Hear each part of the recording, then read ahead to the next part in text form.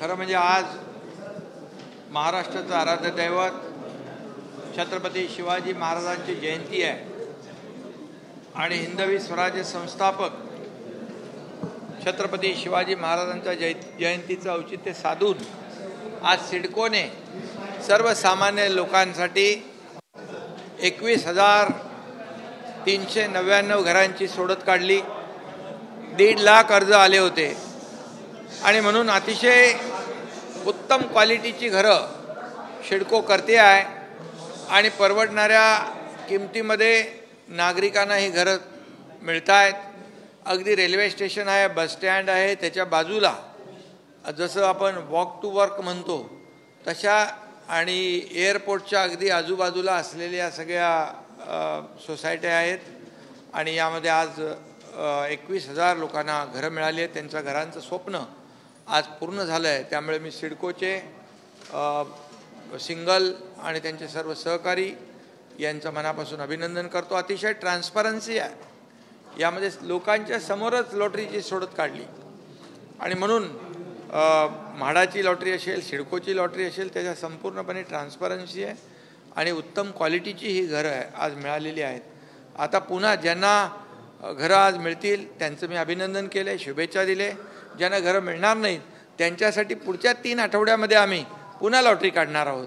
त्यामुळे त्यांनाही घरं मिळतील आणि अशा प्रकारचे घरांचं स्वप्न पूर्ण करणारी सिडको आज या ठिकाणी शिवजयंतीचं औचित्य साधून त्यांनी मोठा उपक्रम या ठिकाणी केलेला आहे. राज्यात एकीकडे शिवजयंती साजरी केली. मी आता नगर विकास मंत्री आणि गृहनिर्माण मंत्री आहे. त्यामुळे गृहनिर्माण विभागाच्या माध्यमातून हाऊसिंगचं नवीन धोरण आम्ही आणतोय. त्यामध्ये परवडणारी घरं, परवडणारी भाड्याची म्हणजे affordable rental housing, working woman hostels म्हणजे त्यांच्यासाठी घरं, स्टुडंट हॉस्टेल्स, त्याचबरोबर ज्येष्ठ नागरिकांसाठी घरं, गिरणी कामगारांसाठी घरं, पोलिसांसाठी घरं आणि त्याचबरोबर जे रोज डबेवाले फिरतात मुंबईमध्ये त्या डबेवाल्यांसाठी देखील घरं असा त्याच्यामध्ये अंतर्भाव असलेली एक नवीन पॉलिसी आम्ही करतोय. आणि त्याच्यामध्ये क्लस्टर डेव्हलपमेंट ही एक नवीन पॉलिसी आम्ही आणतोय. कारण सिटी विदिन डेव्हलप सिटी अशा प्रकारची एक नवीन संकल्पना आहे.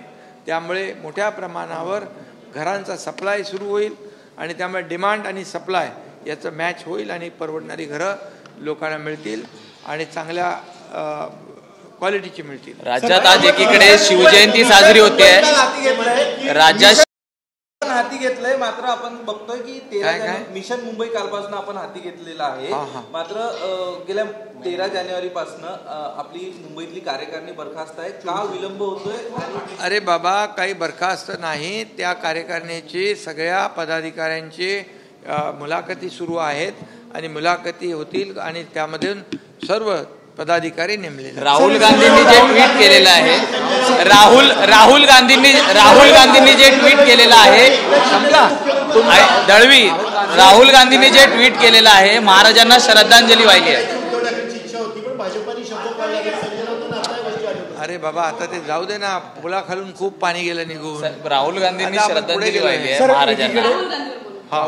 राहुल गांधींनी महाराजांना श्रद्धांजली वाहिलेली आहे एकीकडे महाराष्ट्र जयंती उत्सव साजरा करत असताना. खरं म्हणजे हा छत्रपती शिवाजी महाराजांचा अपमान तर आहेच, परंतु तमाम महाराष्ट्रातल्या देशातल्या शिवभक्तांचा अपमान आहे.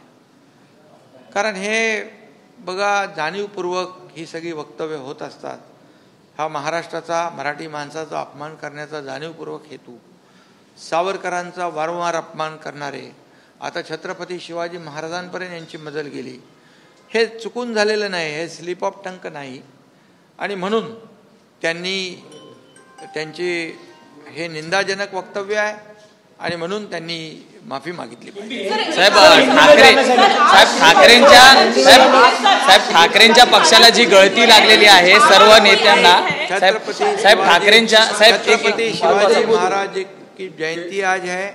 आज इस अवसर पर पूरे देश में, महाराष्ट्र में शिव जयंती बड़े उत्साह से मना रहे सब लोग और सभी शिवभक्त, लाखों करोड़ों शिवभक्त जो है आज छत्रपति शिवाजी महाराज की जयंती मना रहे हैं. दूसरी तरफ राहुल गांधी जी ने जो उनका बयान आया है श्रद्धांजलि वाला, बहुत ही अपमानजनक है। ये सिर्फ छत्रपति शिवाजी महाराज जी का अपमान नहीं, तमाम शिव भक्त, लाखों करोड़ों शिव भक्तों का अपमान है, ये महाराष्ट्र का अपमान है। ये जानबूझकर ऐसे स्टेटमेंट करते, ये स्लिप ऑफ टंग नहीं है मेरे ख्याल से। और इसलिए ये वो सावरकर जी का भी कई बार अपमान कर चुके हैं जानबूझकर। अभी उनकी तो ये छत्रपति शिवाजी महाराज जी का अपमान करने की हिम्मत तक बढ़ गई है।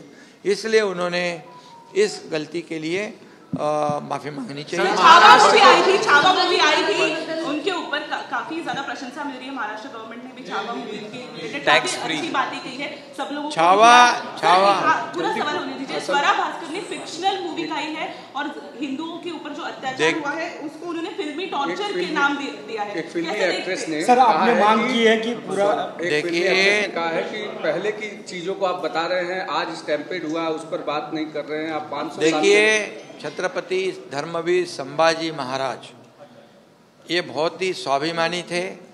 अपने धर्म के लिए उन्होंने अपनी जान तक बख्शी, जान तक गवाई, और फिर भी हमारे देश का अभिमान स्वाभिमान नहीं छोड़ा उन्होंने। उनका हलाल गया, उनको कितना अत्याचार हुआ, कितना उनका आंखें निकाली, उनकी जीभ काट दी, जबा काट दी। ऐसे उनकी हालत जिसने की है उसका वर्णन ये छावा चित्रपट में होगा। तो निश्चित रूप से मैंने अभी देखा नहीं है, मैं भी वो मूवी जरूर देखूंगा।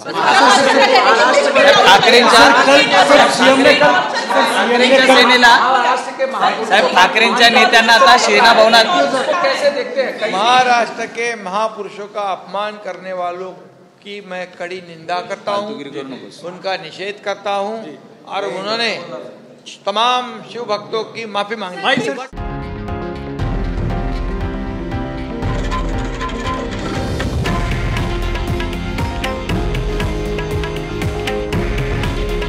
हे आहे देशातील नंबर 1 न्यूज नेटवर्क आणि आपण पाहत आहात TV9 मराठी। काळजी तुमची, हित महाराष्ट्राचं।